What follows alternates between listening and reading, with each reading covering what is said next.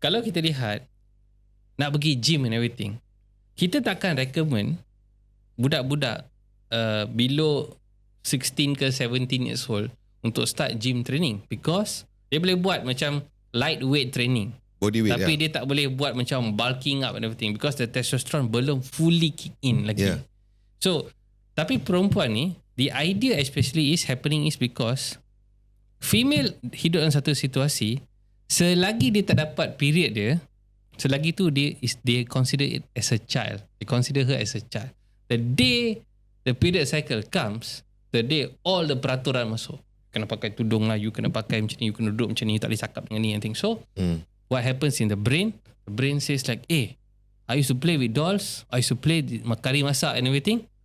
Bye-bye, tak boleh buat benda ni. Tak boleh cakap dengan lelaki yang kawan-kawan jiran tu yang ais kayu basikal sama-sama. I cannot do this anymore. What has happened to me?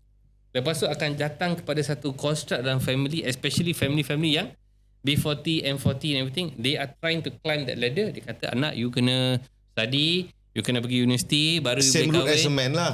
Same route man. Tapi man takkan dapat that much of pressure. Okay? Because the community construct akan jadi. So apa wanita tu akan hadapi is, look, if I got to compete with the guys in the next 5 to 10 years time, bila keluar 24-25 tahun, brain conditioning akan hantar dia, you know what, give me any androgenic hormone, give me some testosterone, shut down the estrogen.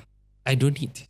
Because tak ada individu dalam family akan kata, hey you girl, lagi 10 tahun, lagi 15 tahun you akan kahwin. You akan jumpa satu lelaki and you will jadi isteri orang and mungkin ada anak and everything. So that prepping now tak ada. Tapi dulu-dulu zaman nenek moyang kita tu, everything setiap hari kena bila nak kahwin everything. So betul. Datang kepada umur 25-28 tahun, for few years, for 5-6 years, conditioning is aku kena compete. Aku kena dapat CGPA 3.8 ke atas. And bila masuk kepada the job structure, kita boleh tengok dari segi political game, dari segi hierarchy, is still very male dominant in the business world. So kalau female nak masuk benda tu, dia kena sacrifice a lot of things.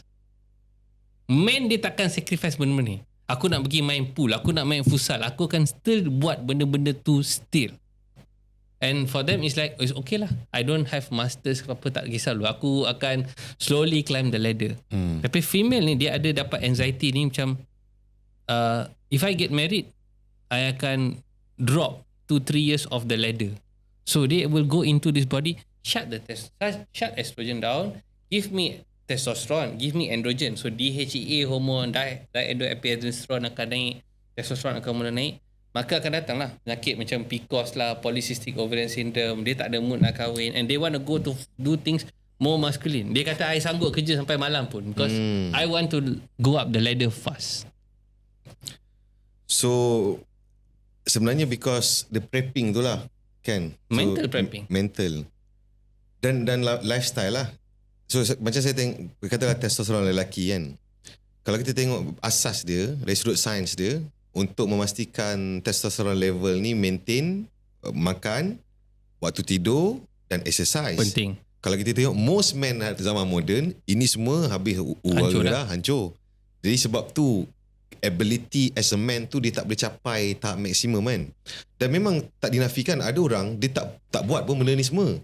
Cuma mungkin ada orang dia gifted lah, dalam 8 bilion manusia ada orang dia tak ada impact. Dan certain people genetically blessed lah. Memang itu. Tapi rare lah, very rare kan. Contoh dia overweight tapi still ada hungry, still mungkin ada lah. Tapi saya rasa orang macam ni, imagine kalau dia masukkan elemen macam exercise, jaga makan, mesti lagi beribu kali ganda dia boleh jadi better daripada sepatutnya lah.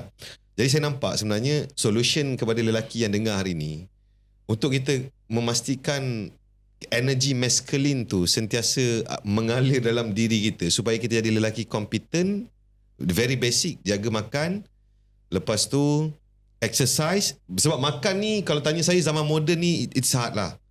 Apa-apa kita makan pun mesti ada something yang terlibat dalam tu. Betul tak? Unless you kena belajar masak sendiri. Untuk 100% clean tu terlalu rumit. Tough. Unless you ada ladang sendiri, you terbuat sendiri. Okay, so makanan kita dah memang out lah, boleh, tapi kita cuba sedaya upaya lah. So saya nampak exercise yang ni kita okay, kita still boleh maintain kat mana-mana. Dan bagi saya tak semesti kena buat weight training kan, tak kisah apa-apa, yang penting ada cardio, ada strength training cukup, body weight, tapi tak boleh tinggal benda ni. And lagi satu mungkin yang tambahkan is the competition training. Maksudnya kan, it's combat. Competition ni kira combat. Okay. Combat ni bukannya masa you masuk dalam UFC ke apa macam tu. Tetapi is satu definisi of sparring. Okay. Main badminton ataupun main futsal lah, padang bola maksudnya mesti melibatkan dengan benda-benda because competition. You need to have the element of winning. Kalau tak ada elemen winning ni, testosterone ni dia tak ada, okay, tak ada food. Ini yang saya rasa nampak rosak dalam society hari ni. Sebab kita selalu cakap jangan bersaing. Nampak tak? Datang satu quote, saya tak tahu siapa punya agenda.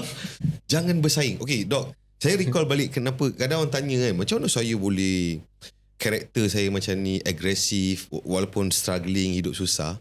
Bila saya recall, waktu saya remaja kan, saya footballer. Saya selama berbelas tahun hidup saya lah competition. Competition, yeah, exactly. Untuk ada dalam first 11, setiap hari kita compete each other. Bangun je compete kan. Sebelum tidur, esok aku nak compete. So saya nampak benda tu penting lah. Jadi maksudnya lelaki kena ada elemen tu. Mesti terlibat kan. Jangan refuse lah. Correct. Maksudnya pergi tempat kerja, always compete. Aku nak jadi yang terbaik macam tu. Tapi you see, kalau kita tapi yang kalau ni kita dia kata lihat ni toxic. Okay, toxic masculinity pula. Tak ada. Kalau kita lihat our environment ni, kalau working environment ni, that kind of competition doesn't happen macam overnight unless you macam closing. Hari-hari you close sale, dapat 10,000, 20,000 sale. Okay, itu you punya merit lah, you punya Energon Cube macam tu. Tetapi bila in a sports competition, now we are working into mental and physical punya battle. Katakan you main badminton singles and emotion also. Yes, and then you tengah losing, and you tahu you punya opponent dah 19 and then you are 17. Macam mana nak control emotion ni untuk at least pergi juice that game. And then kadang-kadang you ada satu rally yang panjang, you tak nak lose the rally even though kaki you tengah sakit. Business deal itu sweet talk. Kalau dia suka you are the expert. Orang akan datang buat medical check up dengan you dan sebagainya. Kalau macam tempat you have the best barbers in town, okay, people will come there because they know I'm going to go to Azri's place macam tu.